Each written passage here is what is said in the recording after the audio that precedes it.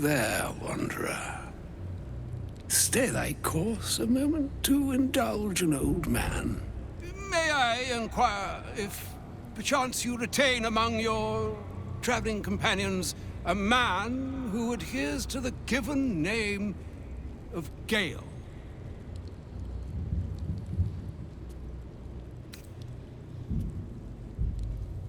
Should it be the nature of our acquaintance that interests you, well, you may safely classify Gale and I as friends. Should it be the nature of your present interlocutor that you desire to drag from the dark and unknown, I shall be glad to aid in your quest for illumination and identify myself as Elminster. Elminster Ormar. Now, if this answer satisfies you, let us linger no longer in this limbo of indecision, but settle on your knowledge of the individual I seek.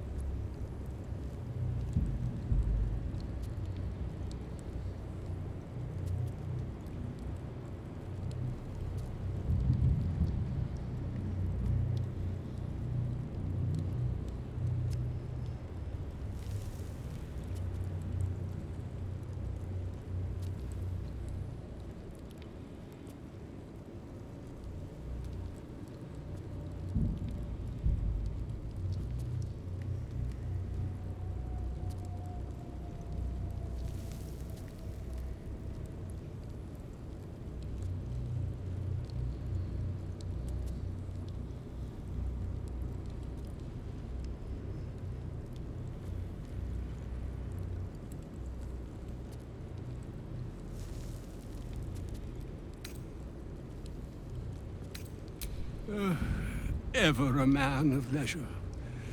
Would it pain you greatly to assist me along the little voyage I intend to undertake to this aforementioned camp?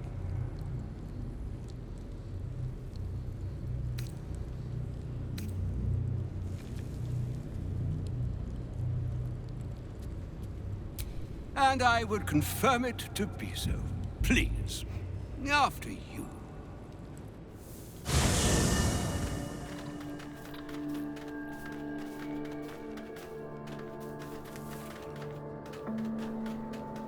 My thanks for your excellent guidance.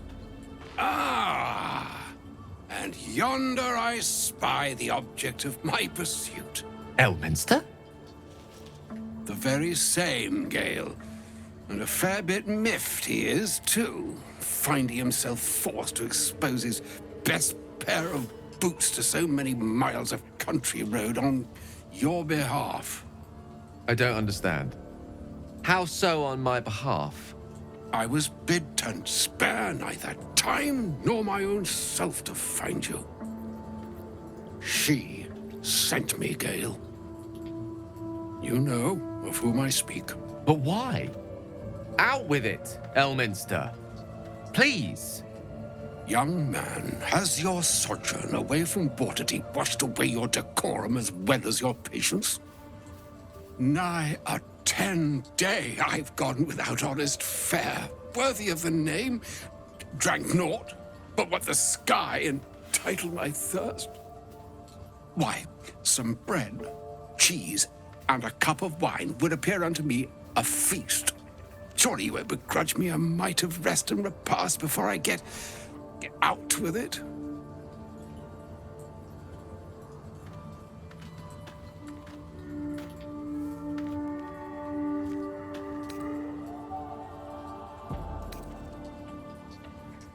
Oh, for the love of...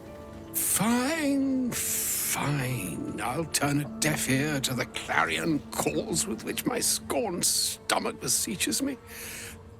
Graver matters are at hand. Plenty to digest, after all. A good deal to stew over, if you will. Words ladled with import should be savored so as to better absorb their meaning. Wouldn't you agree? Elminster! Right.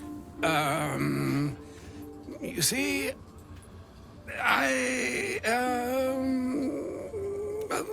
that is to say, Gale, my boy, I've come to address a most pressing matter. I'll speak as plainly as I can, forswearing the accustomed frills that decorate my speech. I'm here on behalf of Mystra. The message and the charge I bring you are hers.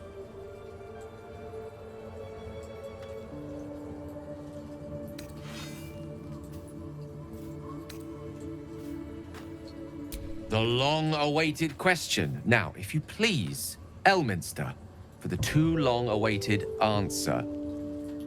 You know where you went wrong, Gale. No, we needn't dwell on that here and now. But even so, you're to be given a chance of redemption. Mystra would consider forgiveness. She would consider what she considers to be forgiveness. Mystra is aware of the misadventures that have befallen you both. She knows of your strife with the Absolute, that most insidious of evils.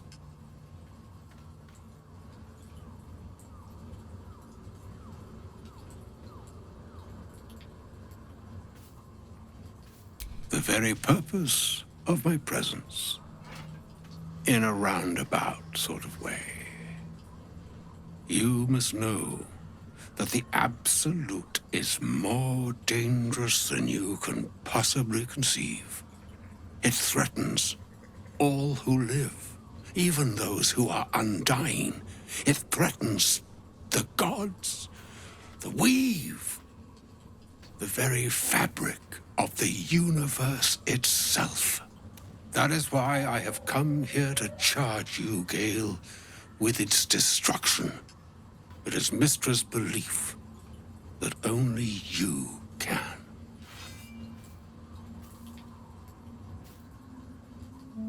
The orb.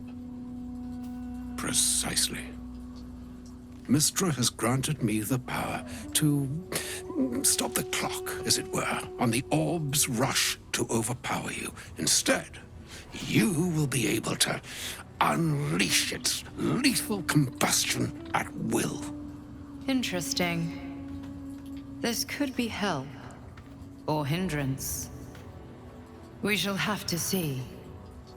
You must find the heart of the Absolute, whatever that may be, and use yourself as the catalyst that will burn it from this world.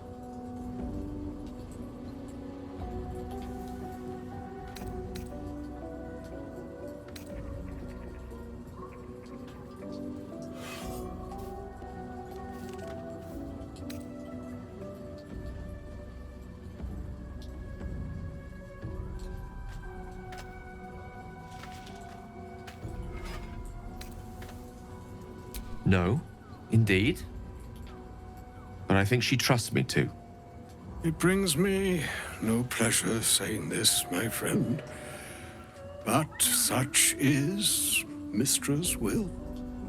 Yours must be the sacrifice that will undo the Absolute. And for your sacrifice, you will be redeemed. Such is Mystra's promise. With that, I've said my sorry piece, and need only bestow unto thee the charm I was bid. Mistrariel, Italion, Thras, Annas,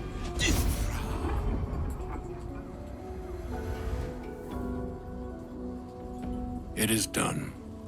Both charge and charm have been committed into your care. To you, I commit into care Gale himself. I count on you to shepherd him well on this strangest of journeys. On my honor, I'm not sure yet I can say the same. Like moons make swell and wane the nescient seas, so too the sky-strewn gods ordain the tidal fates of mortal days. And yet, an ocean born in lonely hours, come ebb, come flow, come all that is beyond the breadth of our dominion. Be a moon unto yourself. Even the waves of fate can break upon the shores of will. Farewell, my friend. Farewell, Elminster. I'm glad she chose you.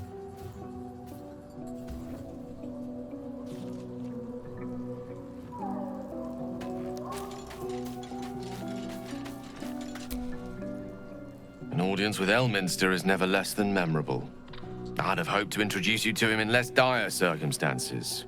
But those are hard to come by these days.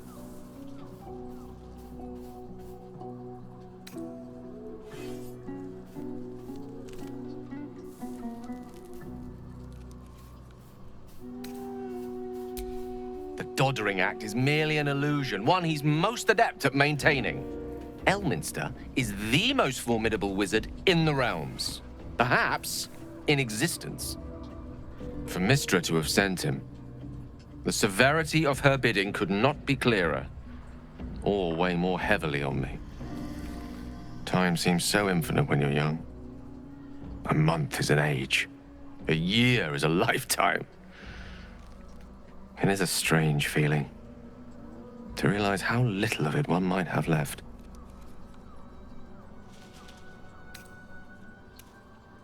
Of course. Kind of you to stop by.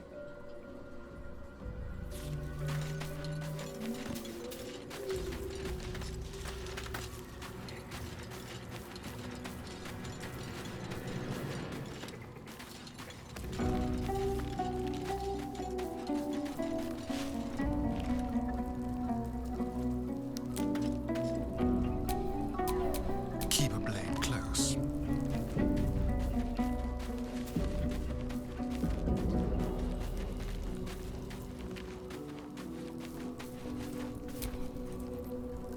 Yes, my friend?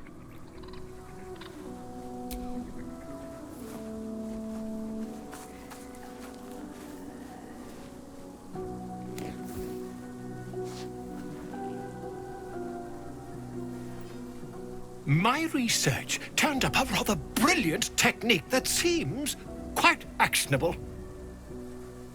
It's not too deep, just behind the orbital socket. I could attempt an extraction. I've a needle in my tunic, after all.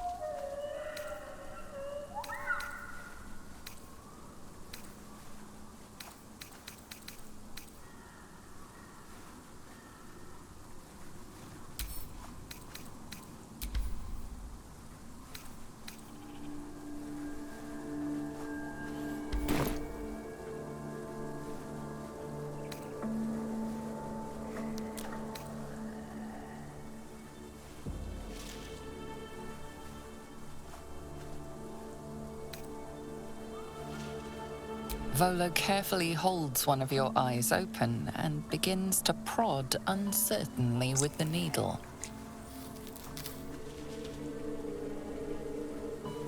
The needle finds the gap between eyeball and socket. Volo frowns and begins to push.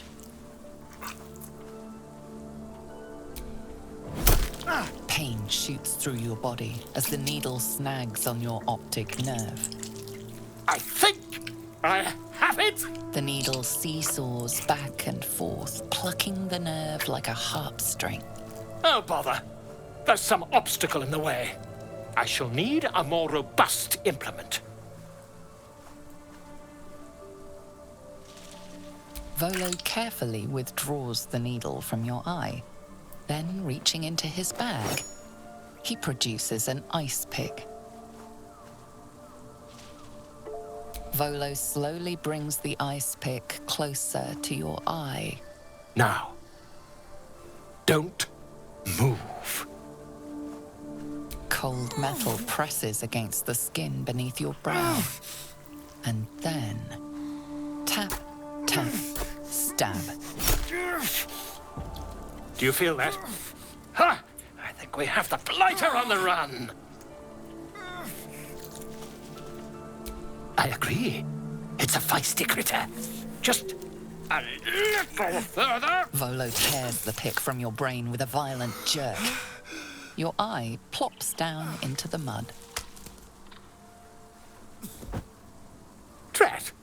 He pauses, looks down at your eye, and recoils slightly as it sinks into the mud.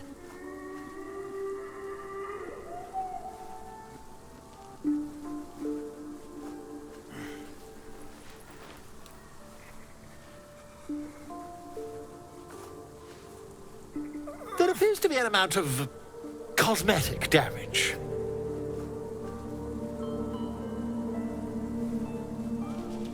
Please, try not to overexert yourself. You're in a rather fragile state at present.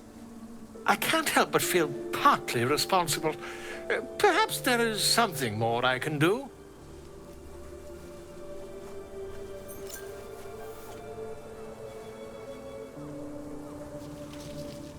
Take this. A far superior relic to that old jelly you were chained to. Try it on for size. And, it was very nice to have met you. I'm sure you'll sort out your little brain problem one way or another. Far away from here, if you've a heart. Terribly sorry, my friend. Ta.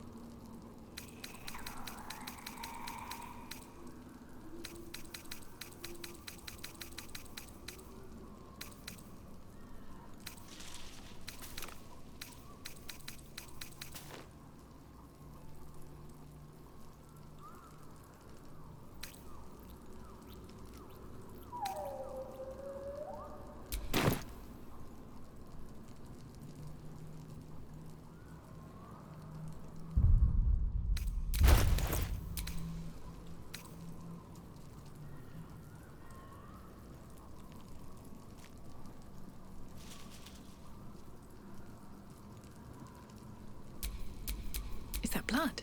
No, never mind.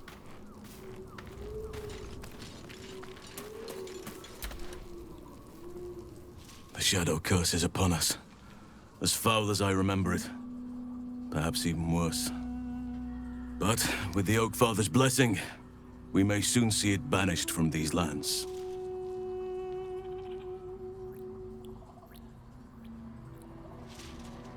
This land is more than just soil and rock, root and leaf. It is a living being, in the form of a young Fey boy, with the forest itself in his eyes. His name is Thaniel. I've met him, in my meditations. But since the curse was unleashed, I have not felt his presence.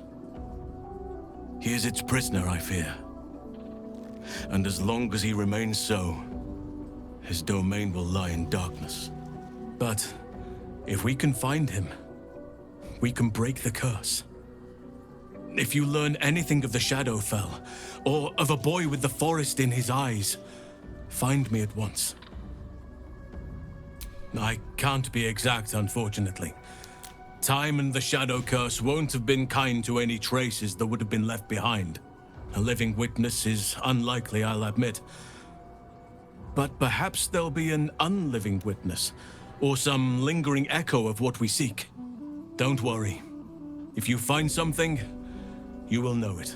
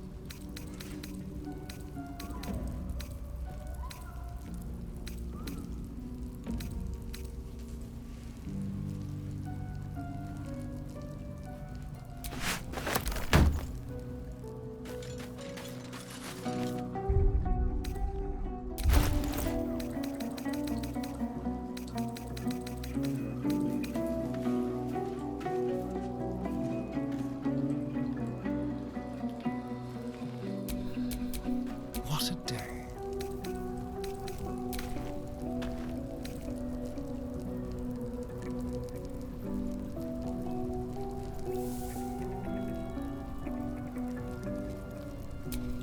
Wits and blades always sharp.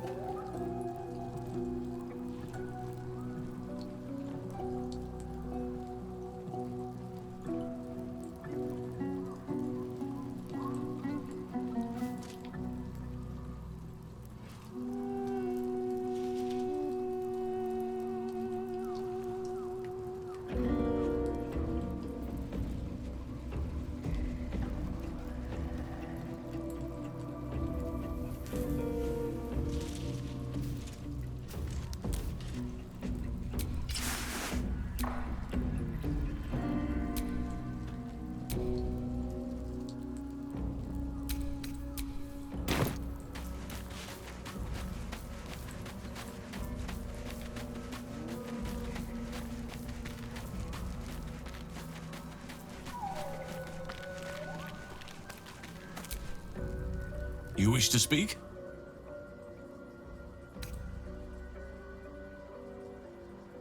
We must find Thaniel. He's the embodiment of nature's power, but he's just a child. A child who has been trapped in this place for 100 years. But if we can find him, we can break the curse. If you learn anything of the Shadowfell, or of a boy with the forest in his eyes, find me at once. Oakfather shield you, my friend.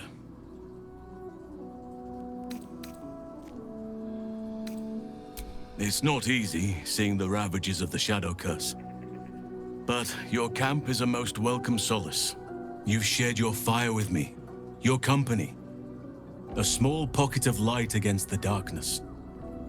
but one I couldn't do without. Thank you.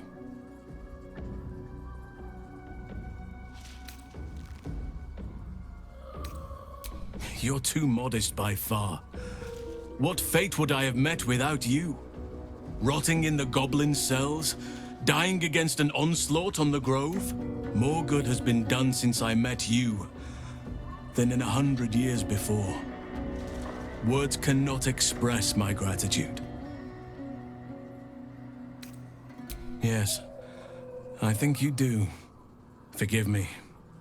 Sometimes I forget myself, gazing on the beauty of nature's creations.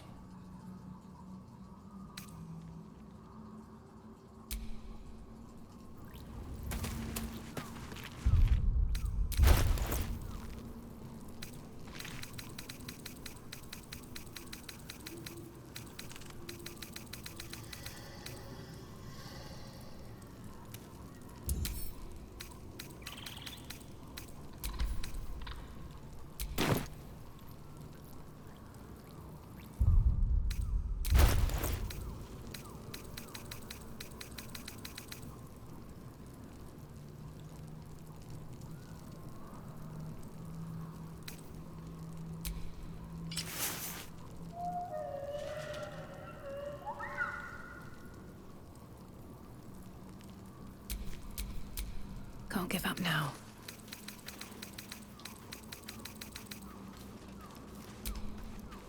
A broken moon lantern catches your eye, its glow now snuffed out.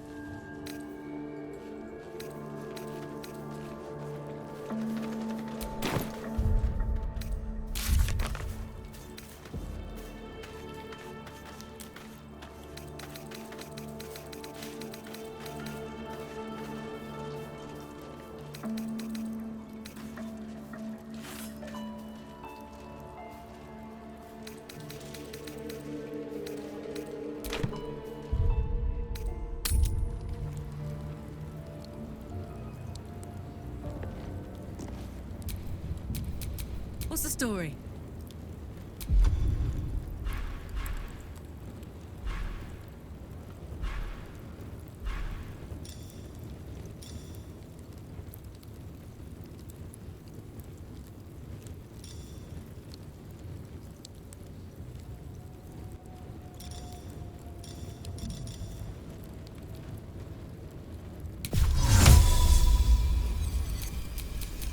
Let's move.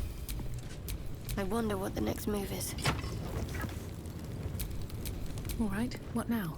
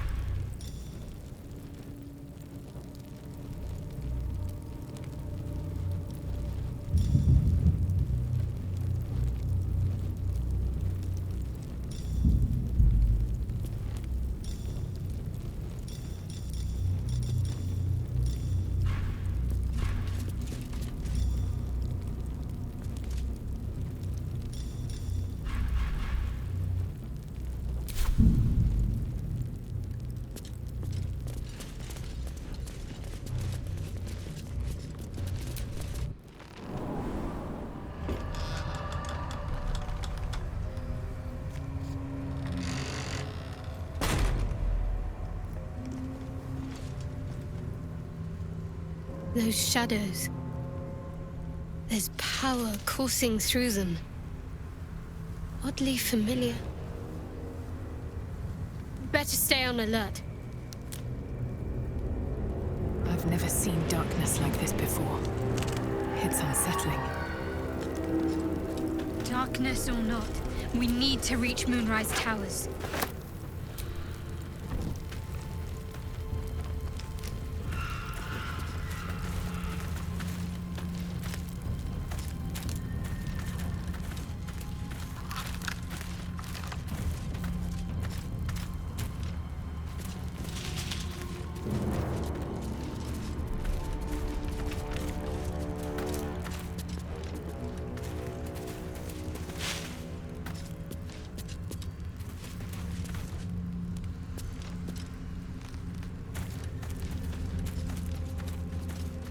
I can feel the shadow's power here, but they don't seem to be harming me.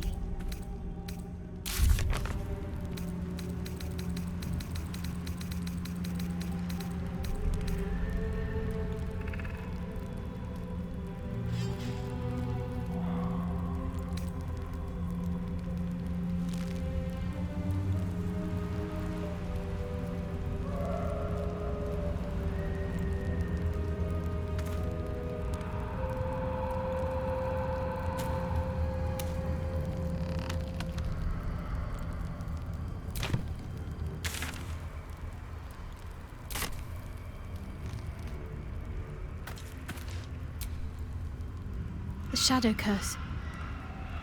It doesn't seem to affect me like it does others.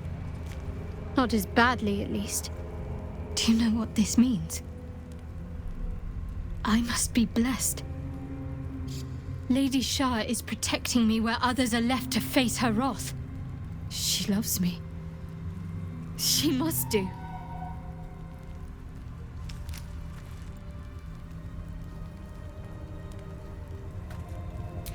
You're resourceful. You'll find a way. Don't give me that look. It's a good thing that I'm resistant to the shadows. This way I can help you.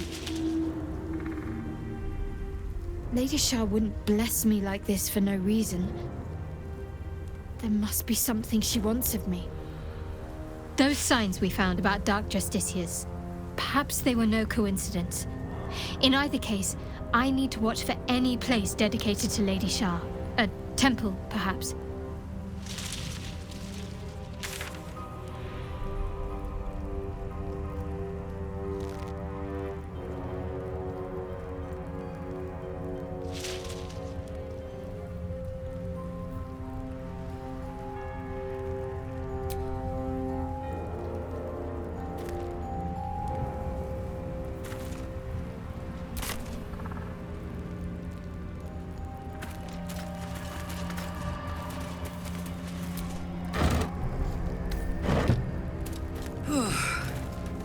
This place is heavy.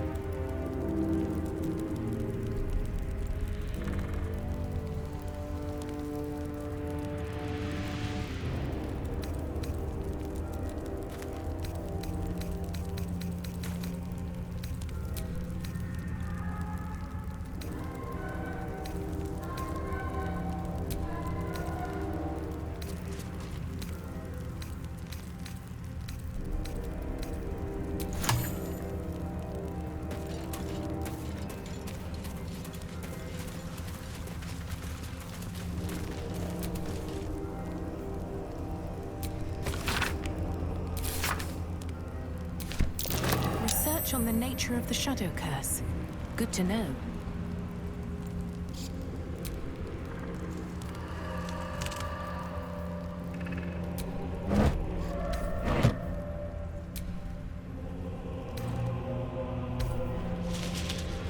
What's inside?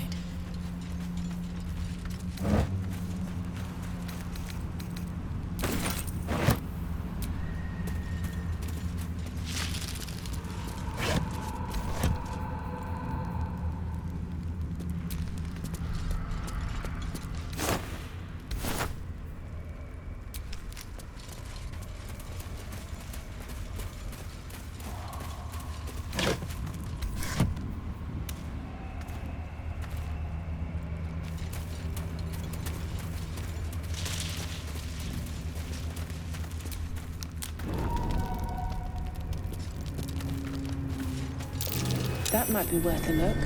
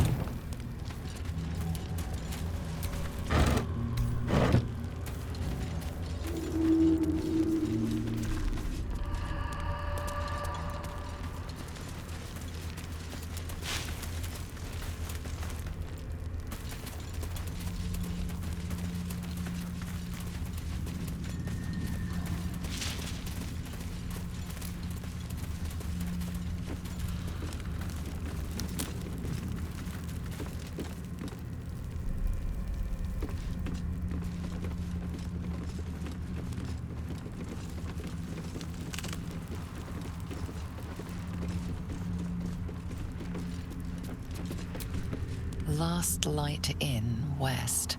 Moonrise Towers, southwest.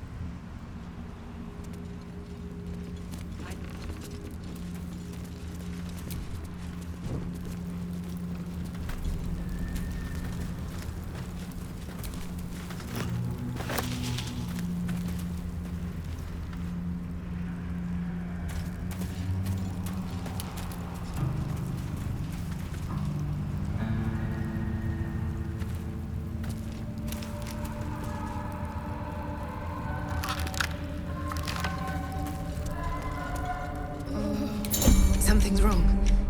I feel weak, drained. The shadows will not consume me. I am shielded by Lady Shah.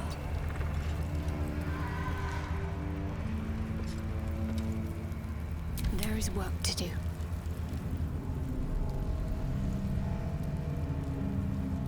On I go.